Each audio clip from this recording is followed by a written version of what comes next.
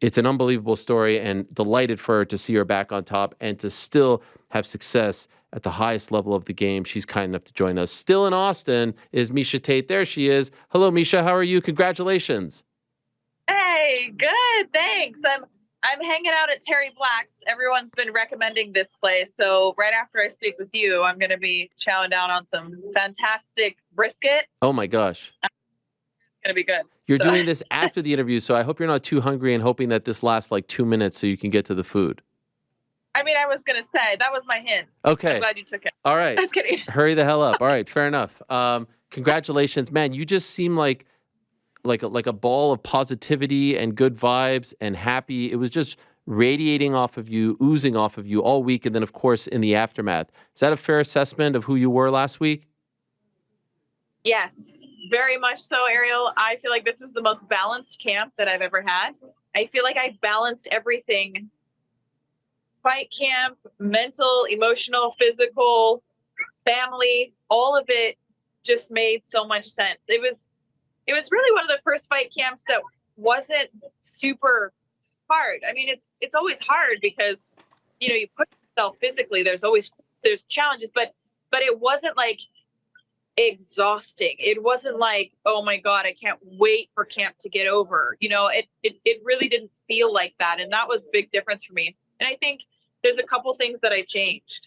I think working with Micah has been a huge help. He's the mental coach at the Performance Institute, and he really helped me with being present. So getting the most out of every moment. I feel like as people, we tend to have a million things on our mind at all times. And some people like to think that they're good at multitasking. And I say you just are, good at sucking at multiple things at one time.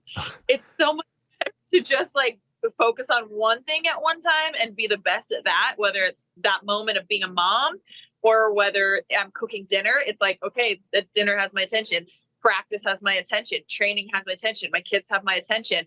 Right now, you have my attention. I'm not trying to focus on everything and, at the same time. And I just feel like that was a new concept to me because I've always been going a million miles an hour all the time, burning the candle at both ends and the middle. And this is part of the reason why I retired back in the days, because I was just burnt out. And so anyways, I feel like I'm acquiring new skills to really help me stay level and even through my training camps. And that's been amazing. The other thing, I'm assuming you were going to ask, what did I change a little bit in this camp? Yeah. Was Kirk White is a friggin' genius. I don't know if you know who he is, but a phenomenal wrestler in his own right from the Pacific Northwest. And not just his wrestling pedigree, but his coaching ability. I love that he worked with me conceptually. And he didn't teach me moves. He taught me things that made all my moves better. So I already have wrestling, is my strongest point. I think wrestling and grappling. But in truth, he would show me a concept that I'm like, I can apply this in every single area of everything that I do. And it really helped hone in the things that I'm great at. This camp, we drilled this fight like this. It must have been thousands of times. I mean, I literally got to the point where it was so monotonous that it was getting boring. To be honest, I was like, oh my God, I have to go to the gym and drill this again. But I did it, and I was like, look, I'm going to drill this until I know exactly up, down, however she's going to move. I have an answer for it. And that goes for everybody that I fight from now on. Like I have an answer of how to move and navigate every single situation in wrestling. And before I was chunky, I feel like I had a good double leg if I could get in on a double leg, but I didn't understand the concept of moving around and through the body. It was like, okay, there's a single leg, there's a double leg, there's a body lock. But now it's like the transitions between it all are very seamless. So if one thing's not there, one of my favorite quotes of Kirk White, whatever you have, you don't need. Wow. I was like, why fight for something so hard that's not there when you could just transition to something else? And so I started being ahead in the race of wrestling as opposed to hanging and fighting valiantly for whatever I had in that moment. Like, no, okay, this is too much resistance. That means something else is open. There's always something else open. If somebody's fighting so hard to defend one thing, they're leaving something else wide open. So let's go for that. And I have so many sparring rounds that went exactly how this fight went. And that was really cool to have that manifested. I've been thinking about it. I've been drilling it. And I really wanted this fight every bit as I wanted to win my UFC world title. Wow. And just curious, the link up with Kirk, how did that happen? And like what led to it happening? So Kirk was my fiance, Johnny's wrestling coach at Boise State. So Johnny actually brought him in. Okay. Johnny understood the way that I work in conceptual. So I do much better with conceptual. I don't like a lot of coaching either. I like in the corner, I don't like a lot of noise. I don't like a busy corner. And I told the guys right before I walked out, I was like, guys, I don't want to hear a lot from you. I really don't, because either you trust me or you don't. And by the time you say something to me and then it gets to my brain and then the situation's gone anyways. So it really isn't very helpful. Maybe tell me what she's doing, but I don't want to hear a lot from you guys. I've got to fight and I've got to be out there and I've got to have the fastest reaction time. And the fastest reaction time, if you trust in me, is not going to be you telling me what to do. I have to go out there and do this for myself. And so, sorry, I feel like I'm losing the light. Now my face is all shadowed. No, you're good. You're good. You're good. But, honestly, that was the mentality. I had drilled these things so many times that there was nothing that anybody was going to be able to give me as far as insight that would be more efficient than what I was going to be able to produce without that. And it was also really cool when Kirk came in. I think he's cornered maybe one time before. First, he forgot the stool. Huh.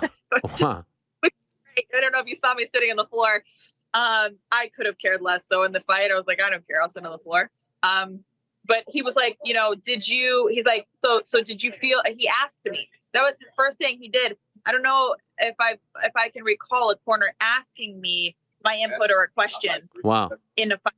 Mostly they tell you what you need to be doing. But he's like, did you feel like she could do anything in that situation on the ground? Did you feel like she could do anything? Because, Kirk thinks of it like, it doesn't matter what I see. I need to know what you feel. So that's how I'm going to give you the best advice. So he works everything almost in reverse, opposite of how most coaches would. And for me, this has been a game changer. Working with somebody who is not trying to make me a puppet, but rather like, you tell me what you're feeling and I'm going to try to give you, like, I'll give you, the best that I can, but you have to solve the problem.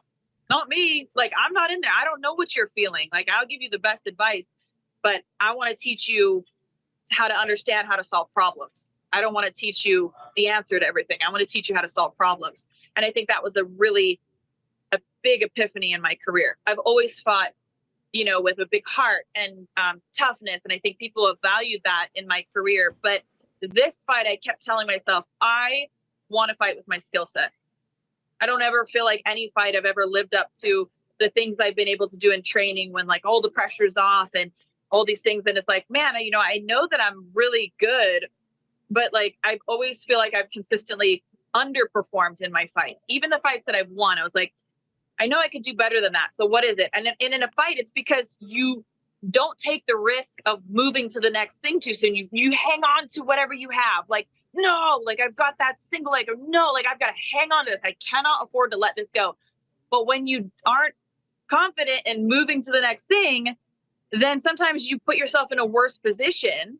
You're losing something. You're still just hanging on to because it's a fight. You're like, you don't want to let anything go. It's a fight. And so in the practice room, it's like I had the comfortability for some years to like, okay, I'm just going to try something else. And so I would perform better in practice than in fights. And now I'm understanding how to translate that into a fight. And I think in large part, I've got to thank Kirk for that. And obviously thank Johnny for connecting us. It's really a team cohesion, but he's a phenomenal coach. You said something earlier, which I can imagine some people listening to it would raise their eyebrows. How could you equate this win to winning the world title? How could they be on the same level? Can you explain that? Yeah, I think because I've been doing this for so long and a lot of people were pushing. I just heard a lot of noise and thinking, she's done. She's washed up. She's done. She should retire. And I really felt that, you know, in a way that made me feel like I have so much to prove, much like a title fight. I have so much more that I know that I'm capable of, you know, and someday when I retire, I know I'll retire with a happy heart and I'll be happy and I'll be content with whatever it is that I accomplish from this point on. But in truth, Ariel, I knew again, I had more to give and that I was better than what I had shown. And so I needed to do that for myself. I could not quit on myself when I knew that there was still more to give and I was capable of so much more. And so I think I finally figured out the right array for the puzzle pieces to come together. And, you know, it's not just having the puzzle pieces. It's like, you got to actually put them together to where it makes the full picture.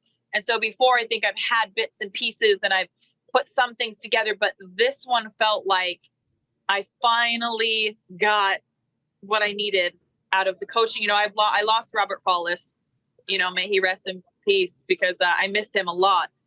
But since then, I just haven't found somebody that worked in the way that Kirk does. And I've worked with a lot of great coaches, but Kirk, he's just different, and he doesn't train fighters. Like, I think I'm the only fighter that he's actually working with, at least for now. I think maybe way back in the day, he might have worked with somebody else a little bit, but genius is an understatement. He's made a big. I saw you say something in the post-fight press conference that I think it was on Saturday morning. You journaled, you wrote about things that you were grateful for. Is that something that you have done in the past? And if not, why this time? I did not do that in the past. I have never journaled before. I was never a big journaler. I mean, sometimes maybe if I was going through hardships, I might write something down because it just felt good. But I'm talking about just because of positivity. No. And at the day of the fight, you know, I wrote this letter, the things that I was grateful for, and having the gratitude just, again, brought me right to the moment that I was at. All the things I was grateful for. The morning started out, I woke up, I went and did the same thing that I normally do. I went out, got morning sunlight. I put my feet in the grass. I earthed. I did my breath work. And then I came in and I trained. And I'm like, this feels so much like my whole camp. It's just a balance of the calm and the push, and the calm and the push. And the day felt symbolic of the camp, and the camp felt symbolic of like the meaning of life, the push and pull of life. And so I sat down and I wrote this letter to myself, and I wrote the things that I was grateful for. I was grateful for the morning. I was grateful for the camp. I was grateful for the balance of my life, my family, my corner, the things coming together for me. And I said, I think at the end of the letter, that I will take her down. I was like, if nothing else happens this fight, even if I didn't win, because I went in there with the mentality, look, I'm going to win, but I could not win, right? I could not, maybe not. We just, you know, one person has to come out. Like, anybody could get knocked out. That's part of why I love this sport, because you truthfully just don't know. But I said, I am going to take her down. That will happen, no matter what. I guarantee that will happen this fight. And then I said, and I believe I will win. It's already written in the stars. And I just felt like that the entire camp. Wow. I saw on your Instagram this morning routine of yours, walking outside barefoot, grass, sunlight, all that stuff. Where did you learn about this and develop this? And do you do it every single morning, no matter what? Well, this camp has been pretty much every single morning. Yeah. I mean, even the day of weigh-ins, before I started my weight cut. Wow. Well, the night before, because I do a little bit the night before, and then I do the rest in the morning. But even the day of weigh-ins, before I started the second cut in the morning, 7 a.m., I was outside. I did my breath work. I put my feet on the ground, because that's the reset. That is putting back in the gas tank. And I think as athletes, and I know for sure fighters, we just like drive ourselves into the ground sometimes so hard, and it's all about go, how much you can press the gas pedal. But truthfully, if you're not putting it back in the tank, you run out faster than you can really gain from it. So I think for me, I've realized that. So I've been very focused on putting as much back in the gas tank, as many resources as possible. I had a beautiful weight cut. I think I've filled out also in the weight wise. This was one of the bigger. I walked into the fight bigger.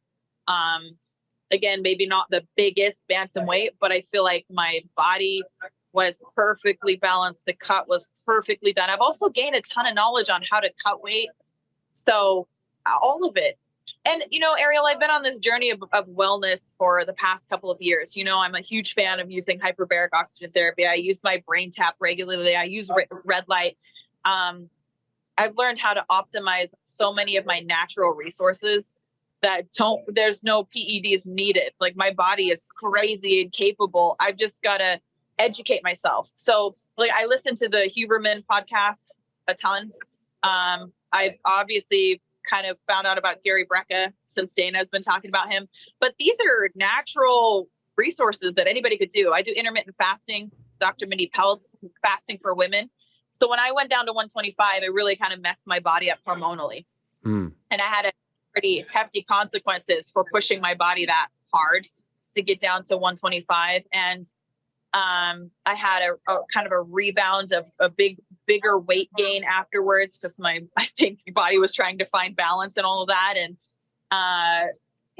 hormonally, just very, very complicated situation.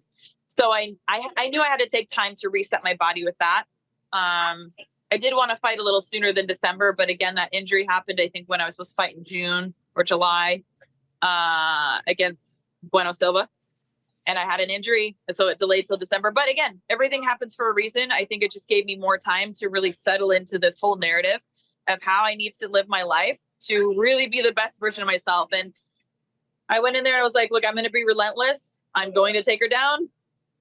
And, we've drilled it so many times. The fight was exactly how my sparring sessions went, except I did get in a bad position sometimes in sparring, because if you're not going against people who are pushing you, then I think you're doing it wrong. But, it was pretty much to a T. Obviously, hindsight 2020. I'm just wondering, do you regret the move to 125? I do not regret the move to 125, because here's the thing. I like to know the answer, whether it's right or it's wrong. I like to know the answer. And that was really the curiosity, was like, would I do better at 125? And the answer was clearly no. The fight was with the scale. I was exhausted by the time I got through it. And look, I made 125, I think, the best possible way I could have ever done it. I had a great, Coach Cal was amazing, and he helped me do something that I thought was impossible. And I did it, and I felt great through my trainings, but mentally I was exhausted. Like, by the time I got to the scale, like, that was when I was breathing my sigh of relief when I got off the scale. And you don't want that until after you've won a fight. Right. And so it was just like, it's hard, being a mom of two small kids, and then to have to be on a constant calorie deficit for months. And then I did Celebrity Big Brother too. That wasn't easy. So that actually caused me to push the fight back. So then I felt like I was in camp forever. And anyways, not the best experience. So I think I learned a lot. And you know what? I'm actually really glad that I lost the fight to Ketlin too.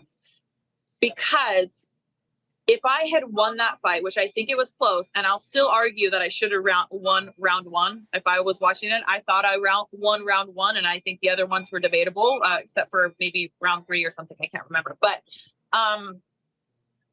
had I won that fight with the narrow decision, had it been the other way with the scorecards, I wouldn't have changed to what I was with Julia. I would have thought, hey, what I'm doing with my striking is working. But no, I'm competitive in striking. I think I proved that. Ketlin's big and long and tall, and I was competitive. I was competitive, I was competitive with Marion. I was competitive with at 125. But to be honest, that's not where I'm dominant. I think I can hurt people there. I can be a threat there. But, I just had to remember how I got anywhere, and what really made me who I am. Just a couple more, and then I'll let you get to lunch. Again, thank you for this. It's great to talk to you. It's just been a while, so had a few more. Um, beautiful scenes with your kids, especially at the post fight press conference. Your son wants to talk on the microphone. I love all that stuff. Was that the first time that they've been live to one of your fights? So they were there at my last fight, and when I did 125 and I didn't win. Remember, I got the Yeah. laceration or the same cut under my eye opened up, and they were there. I remember my daughter, much younger. She's 5 now. My son is 3. So she's like, "Mommy, I really wanted you to win." And I was like, "You know what, honey? I really wanted to win too. I was like, really wanted to win, but sometimes, we work hard for something and it doesn't work out." So that was a great conversation with her, and just a learning moment that it's not always the way that you want it to go. So yes, they were there for that fight. But I think this is really the first fight that they really kind of both understood what I was there doing, and they were cheering and chanting and had more of an attention span for it. So this one felt different. They were Okay. very young last time. I can't imagine what it's like for them to see their mom in there and especially win and the emotion and all that stuff. It's an amazing thing. I think I speak for a lot of people when I say this. You versus Holly Holm has to happen one more time. Is this the time now? Like, do you feel like this is the perfect time for it? UFC 300, you versus Holly. Let's go. I think it's a great time. When would a 200 be? What are we even at? 300, by the way. And I love the story of you righting the wrong of 200. So getting to fight at 300 now. That would be April. That would be mid-April. Is that too far away, or is that good? Sounds reasonable. I think that sounds reasonable. So I did get a little bit of an injury leaving that fight, so I've got to get an MRI and check myself out and just make sure. But if it's not very severe, which I've been walking around and I think I'm actually all right. I think I'll be okay. So if I can do that, then I think Holly would be a fantastic one. That's another one that it bothers me actually, because people still think for some reason that I was just getting my ass kicked in that fight.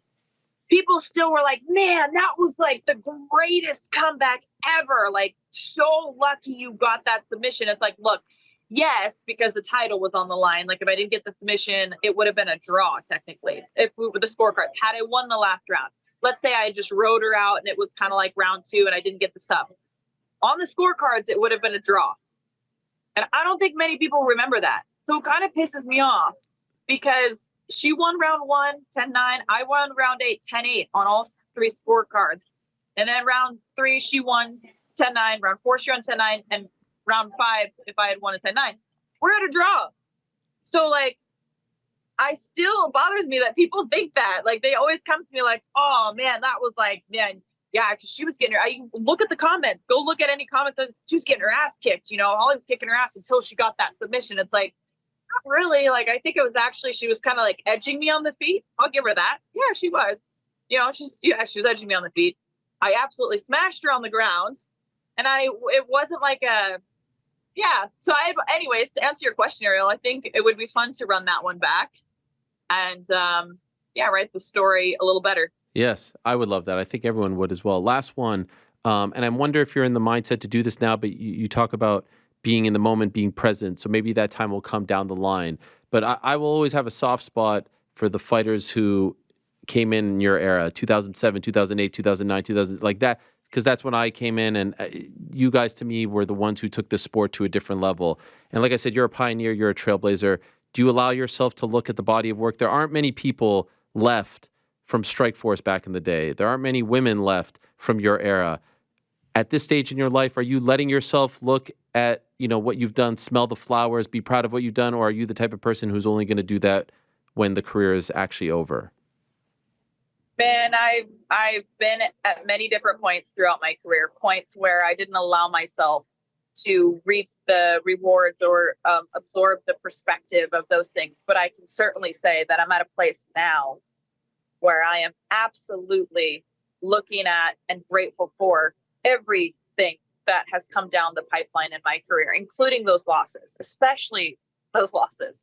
Grateful for the wins, grateful for the losses. And I feel like in this fight, with looking at this with an attitude of gratitude, having that journal, I remember standing behind the curtain for the ceremonial weigh-in and thinking, I never know how many more of these I'll get to do. Like, how cool that I have been doing this for so long, and how many great moments that I didn't allow myself to enjoy because it had to be all business. It had to be work. I just had to get the fight and I had to win. And even a winning was like acceptable. You know, it was like, well, that was what was supposed to happen. You know, like there's so much more to be enjoyed and appreciated, I think, when we can get fully present in those moments and realize, like, man, this moment and all the moments that led up to this moment were phenomenal. And I'm going to treat every single moment like it's phenomenal and do my best to really enjoy the moment and the things that have led to this moment. So I think I've done a lot of reflecting, and that's something that I couldn't have done before. As I even, looks back, yes, I had memories, but I think reflecting with a fondness is entirely different. Reflecting with a love and just gratitude for the opportunities, and grateful to myself too for not quitting on myself. So many people were calling for that. So many people were like, yeah, she's done. And I'm like, I had a not so great performance, but I know I have to figure it out. I was like, it's not a question of being done. It's a question of, I have to figure it out. I have to find a way. And I refused to give up on myself before it feels like the time is right. And the time is not right now. It's not right now. So I know that I have more to give.